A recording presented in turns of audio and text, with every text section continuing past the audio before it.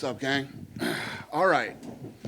The attendance tonight was 20,715. It was a complete sellout. The gate was $9.9 million. It's the fourth highest gate in MSG history. We're number 1 and number 4 all time here. Fight of the night, no brainer. Gaethje Chandler. Performance of the night, Chito Vera, Barnett, Pereira, and Bobby Green. They all won $50,000. Congratulations. Yeah.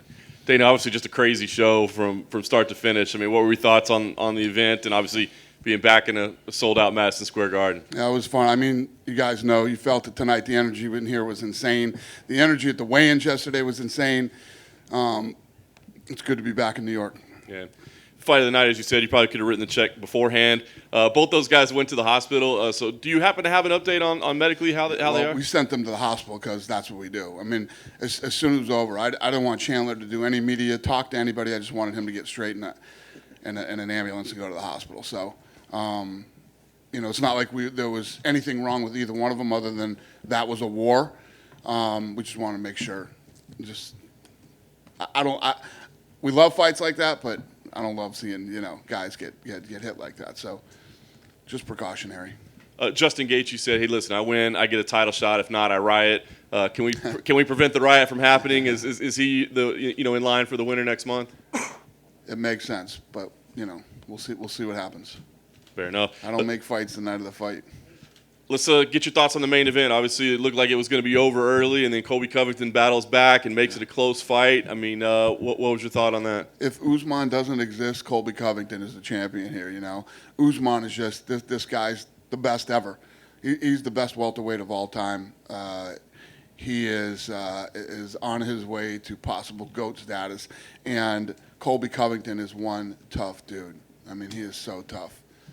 Do you have to start looking for new things for Usman to do at this point, like you said, with his domination? I imagine if Leon Edwards wins, he'd finally get a title shot. But, I mean, it's like rematches moving forward, right? I mean, you start looking at there's things. Still guys here. I mean, you got some guys out there talking about Khamzat Chimaev that he's ready for it. He's had 4 fights in the UFC. I get it. Listen, the dude's one of the coolest, baddest things we've ever seen, the way he rips through people. But once you break into that top 10, top 5, and let's not even talk about Usman. I mean, it's a whole nother game. He's a couple fights away. If he can beat a couple of guys, in the top 10, top 5, then we'll see. And yes, Leon. Yeah, has been waiting for a title shot for a long time too. He's been in there, fought the fights we told him to do. He's had a lot of bad luck. Things happen, but there's always somebody. Yeah. I did want to ask you, Kamaru's been talking about a possible boxing match with Canelo, which seemed surprising. I mean, is there something that you would even discuss? Is that what he said tonight? Yeah, well, he said it this week. He's just like the greatest pound-for-pound MMA fighter, the greatest pound-for-pound boxer. I watched the Canelo fight tonight. He don't want to fight Canelo. You don't want to fight Canelo. Come on, man. Let's stop this shit. If Canelo wants to come over here, let's do it. He don't want to box Canelo. I don't think Canelo wants to fight MMA either. So, yeah. Last thing I did want to ask you about the co-main event as well. Obviously, a great fight there as well. What did you think about the co-main event? Yeah, an awesome fight. Those two put on an incredible performance. I mean, I don't know what was a bad fight tonight. I mean, tonight was a great card. So many people look good. Burgos and Billy had to come in after Gaethje and whatever. But other than that would have been the fight of the night. I mean, that fight was incredible. And that's, I should have mentioned that too. I'm going to take care of those two guys too. They're not getting 50, but they'll get something that they won't be bummed out about. Nice. And the last thing I asked is, like I said, I know we don't make fights, but a couple of weeks ago we asked you about Carla Esparza saying that she was going to wait around for the title shot. And you said, hey, I'd stay busy. But what do you think? I mean, does she make sense as the next fight, or do you think there's options out there for Rose moving forward? No, we have an option. Yeah. You don't sit around and wait for fights. It's a really bad idea. Dana, to your right over here. To your right, Dana. Yeah. Whaley obviously kind of in a weird position now, having lost twice in a row to Rose. Is it kind of regrettable when this kind of thing happens, or how far away is she from a title fight now? Because obviously it was very close and competitive, but It's a weird spot to be in for her. How far is Whaley away? Not to make the trilogy right away or anything. But, She just lost the fight. Fair Dana, enough. right here. yeah. Okay, fair enough. Yeah. Chris Barnett, though. She's pretty far. Yes. Chris Barnett, great performance. Obviously, spinning wheel kick for a heavyweight. Crazy to see that. Big personality. What do you make of this guy? Yeah, I mean, listen, he's impressive. Don't judge a book by its cover. Spinning wheel kick, flips, not a bad dancer either. Not at all. Not at all. And Kayla Harrison said she was here in New York today. Do you know if she was in attendance at all? If she was what? If she was here at the fights? No. Not that I know of. He was here. Oh, she was? Oh, there you go. All right. Show you what I know. Right here. The backup, Vicente Luque, obviously he wasn't needed, but a lot of fans are wondering when we might see him back. He's obviously another guy at welterweight who's on a great run right now. Yeah, I don't know. The last thing on earth I'm thinking about right now. Some of the guys on the prelims, the debut of Alex Pereira, obviously a lot of people saying he might have the path to Adesanya after their kickboxing background. What were just your general thoughts? He looked damn good tonight, He did a great job defending the takedown and then, got the guy where he needed him, and incredible flying knee. And then Ian Gary, I mean, obviously it's very lofty to say anyone could be the next Conor McGregor, but certainly he has a couple of those ingredients. Just what were your thoughts on his debut for being such a young guy? Yeah, I don't think there's ever going to be another Conor McGregor, but he'll be whoever he is, and you know how the Irish support their own. So if this kid stays on a run and starts to do great things, I'm sure we're going to see big things from him. How does Dana White celebrate in New York? Start the what? How do you celebrate in New York City? A big event like this. How do I settle what? Celebrate. Celebrate? Yeah. I'm going to fucking sleep, man. I'm old. I can't do it like I used to. I'm very happy. We've had an incredible 2 weeks, back-to-back incredible fights, and, I'm tired. Dana, over here. Yeah. Have you spoken with Franke Edgar? He was a little upset over that stoppage against Marlon Vera. I love Frankie Edgar. He's wrong. It was a great stoppage. Even when Frankie, was on his knees and arguing with the ref and everything else, when he still stood up, he wasn't right after. So it was a good stoppage. Chris Curtis, too, I think was one of the bigger underdogs on the entire night, moving up a weight class to fight Phil Hawes. What did you make of his performance? And thereafter, I think he had like 30-something fights before getting into the UFC. Yeah, no, he looked strong. He looked good, man. And, yeah, his performance was great, too. I got to give him something, too. Yeah, That's a good idea. Yeah. He was back here pleading for a bonus. Yeah, I think he's all right. ridiculously It's broke. coming. It's coming. Finally, what did you make of Bobby Green's performance, too? He looked awesome. What was crazy is when he threw those two punches, he was squared up. And, yeah, it was very impressive. And finally, what do you do with Edmund Shabazian now? He had such a bright future for so long. Yeah. He had that countdown for he wanted to be the youngest champion. Now he's 3 losses in a row. Where does he go from here? I don't know. You give him another fight and see what happens. And I don't know. It's crazy how fast things can turn in this sport. 1 minute you're on the rise, next minute you're on a skid. It's a rough sport. Hey, Dana. Yeah. You've now had The Rock and Halle Berry presenting belts here at the Mecca, New York. Which one did you have more fun as a sidekick with inside the octagon? They're both fun.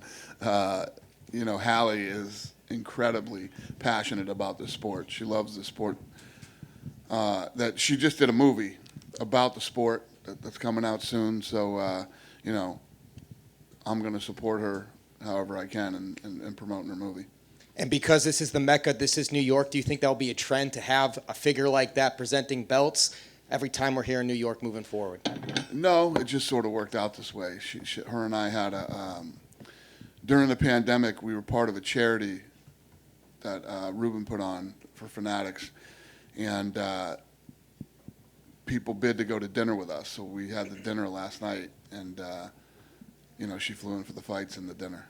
And last question, I know we're not thinking too far ahead here, but now that this is all said and done, this fight between Gaethje and Chandler, any idea what you're going to do with Beneil Dariush, who's on such a winning streak, the number 3 guy in the division? What did you ask me? What am I going to do with who? Beneil Dariush. Yeah. Yes, we do. I'm not going to tell you, but yes. We'll try in a few days. Yeah, all right. Dana right here in front of you. Kamaru is now 15-0 in the UFC. The only one with a longer winning streak is Anderson Silva, who started 16-0. Is this like run something? How special is this from what you're seeing here? I'm telling you, this guy is very special, man. He's damn good, and I think he's the greatest welterweight ever. He's obviously the pound for pound best fighter in the world right now, and you know, he's one of the guys that we could all start arguing with about soon, about, you know, GOAT status. This guy, and he's fighting everybody. It's not like, you know, he's only fought this guy, didn't fight. He's fought everybody. He's starting to come back the second time around now and beat guys. You know, the only guy I think he has a fight is Leon. Or he did fight Leon. Yeah, he did. He beat him too. Yeah, so he's starting to. Did you ever think that run by Silva would be broken? I mean, he's one fight away from tying it. Like at the time. And look at the competition he's facing. I mean, these are all really bad dudes. It's very impressive. Would you like to see him, you know, stay at welterweight, obviously for the foreseeable future, or is he a guy you think could maybe go for a second belt at 185? I know him and Izzy are close, but is that something that if we just keep going through these contenders that you would maybe consider? Yeah, I think you just keep winning. I mean, you just keep winning, and you get the record so far apart that nobody's ever going to break it. You know, Anderson Silva, if you look at the 20 years, he did 16, you know, and now this kid could do what? I don't know, 18, 20? How much longer does he want to fight? We'll see. And last thing, a lot of people were pointing out on Twitter and just seeing the action in the cage, a lot of fighters were slipping tonight. I noticed that too. Yeah. I don't know what the hell, why that was happening. The canvas that we use is nasty. I mean, that stuff will take your skin right off. It's such a, it's got such a high grade of, you know, I don't know what the fucking word is, but you know what I'm saying. What is it? Tack. Okay. I'll take it. And guys were slipping. I don't know why. I don't know what it is.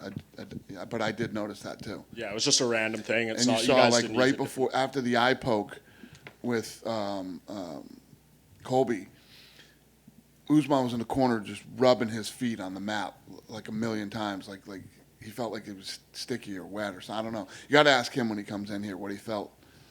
Yeah. Did you guys use a different surface than usual, or is it the same thing? I doubt it. I highly doubt it. We use the same canvas. Do we have to spray some crazy fucking COVID shit on there tonight, or who knows? I don't know. We'll find out though and see what went wrong tonight. Thank you, Dana. Yeah. Dana, Colby's had 2 close losses in his last 3 fights. But where does he go from here? Yeah, I know. Listen, he's the second best guy in the division. You know, he's the second best guy in the world. He's the second best guy in the world, no doubt about it. The guy is so durable and tough. His fighting style is tough to beat, and his cardio is insane. So I don't think anybody else beats that guy but Usman. So I don't know. If Usman doesn't exist, he's the world champion. But unfortunately for him, Usman does. And obviously, you've had a lot of personal rivalries in the UFC in your time. Where does Usman Colby rank? It's up there. You know, I would say the number one of all time was John and Daniel Cormier. And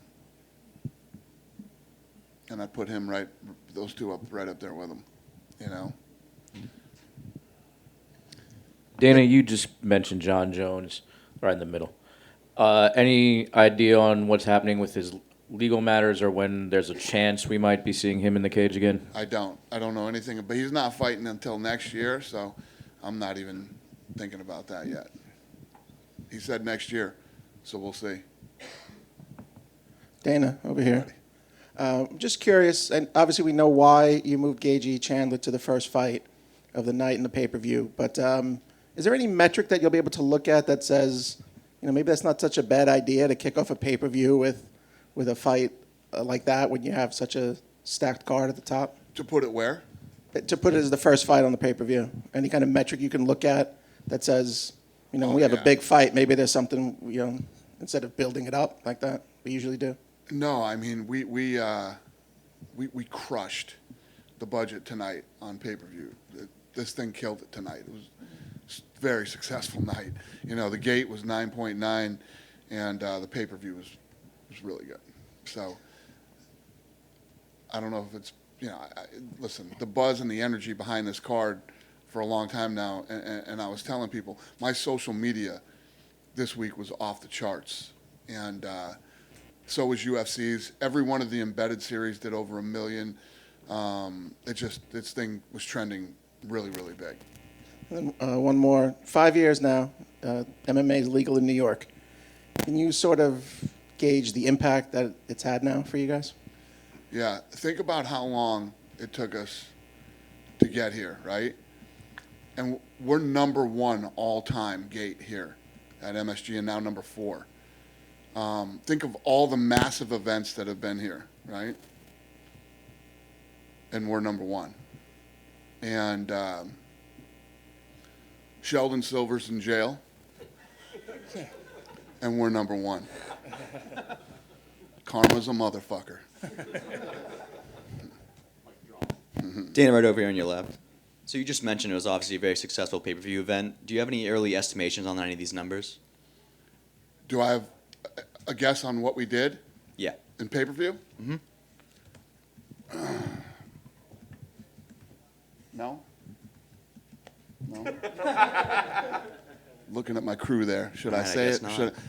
Listen, that's ESPN. If ESPN wants to put the number out, we'll let them put it out. But we buried the projections. We got these bean counters who come out and tell us what we're going to do, and they project what the number's going to be. We destroyed that number, so I'm happy. Jimmy Pitaro, the president of ESPN, was here tonight. He kept running over and showing me his phone as it would go up, and we're all pretty excited. We're gonna break the all-time pay-per-view record this year. Our record. In terms of total pay-per-view buys? Yeah. Okay. And also, Bobby Green came in earlier and he told us that he believes that the bonus should be increased from $50,000 because, in his opinion, over the years, inflation would cause that number to not be as valuable anymore. Well, what do you think about that? I gave out 6 of them tonight. All right, we'll let him know. Yeah, I gave out 6 of them. He got one, so he should be happy. And last one from me. Do you plan on having a backup fighter for the lightweight title fight next month? Yes. Is it Beneil Dariush? We'll see. All right, thanks, Dana. Dana, just speaking of backup fighters, here to your right again. We had Luke, who missed weight as the backup this week. What kind of happens in that case, like in terms of a guy getting fined who's not fighting? Like, how does that whole thing work? Yeah, it's unfortunate. It's unfortunate when your backup doesn't make weight. Yeah, I don't know. I don't know what the answer to that question is, sir, but it's not good. It's bad. And one more for me.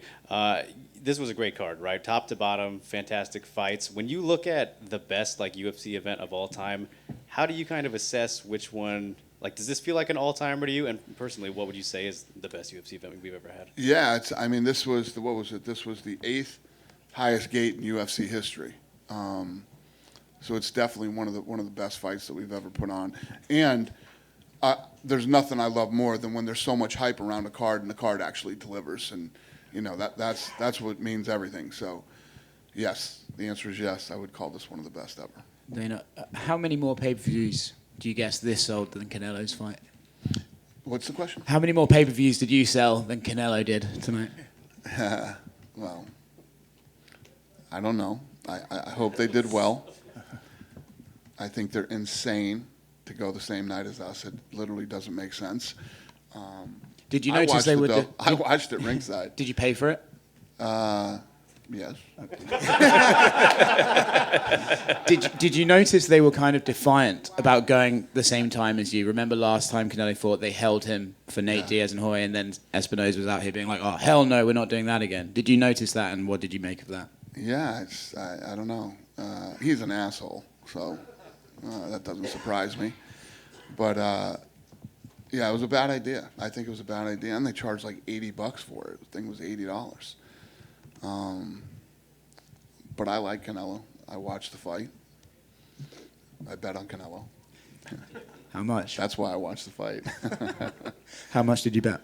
I bet $100,000 on him to win by knockout. Congratulations. Thank you, sir. Dana, up here over in the middle. Hey, we obviously see you guys come back to New York City for this, this Madison Square Garden card in November. I know you guys are starting to look into, expanding where you're traveling to more, do you think you'd be back in Brooklyn anytime before next November, maybe? I don't know. We'll probably be back in MSG. The issue with Luque earlier, there was a lot of talk online that once they saw that Usman and Covington both weighed in fair, he just said to hell with it and stopped cutting or whatever. Or maybe there was even that you had told him, listen, don't worry about it because these guys weighed in, they're good. That wasn't the case. You seemed to, when you earlier, I like that story. That's a good story. But I doesn't seem to be I don't accurate. think he made weight. I wasn't there. Did he make weight? No, he did not make weight. We didn't tell him to stop either, but because he was the backup, the commission didn't give him 2 extra hours to cut. So if he had been the guy, he would have liked that. Did you hear that? So what happened was he didn't make weight. We did not tell him to quit and stop. But if he really was going to be the backup, they would have gave him 2 hours to cut the weight. So he didn't take the 2 hours to go back in and try. I like that story too. Does he get paid still, like even though he missed, or like does he get paid as an alternate? How does that work? Yeah, we paid him. Dana, with Justin's performance tonight, how do you feel that narrows the gap between him and Islam as who gets next shot at Charles Oliveira or Dustin Poirier winner? What's the question? Sorry. With Gaethje's performance tonight, do you think he closed the gap and possibly getting the next title shot at the Oliveira? Yeah, he put on a Poirier hell of winner? a performance tonight, and he's the number 2 guy in the world. So we'll see. We'll see what happens. What do you think's next for Frankie Edgar after tonight? I don't know. Frankie was fighting a good fight till he got clipped. I don't know. Frankie's got to go home, spend some time with his family, think about what he wants to do, and we'll talk about it. He's such a competitor. I mean, the fact that he was in here telling you guys that was a bad stoppage, that was the fucking Anderson Silva kick to the face, a good one, and that fight was absolutely positively stopped when it should have been. Cool? Have a great night, you guys. Thanks.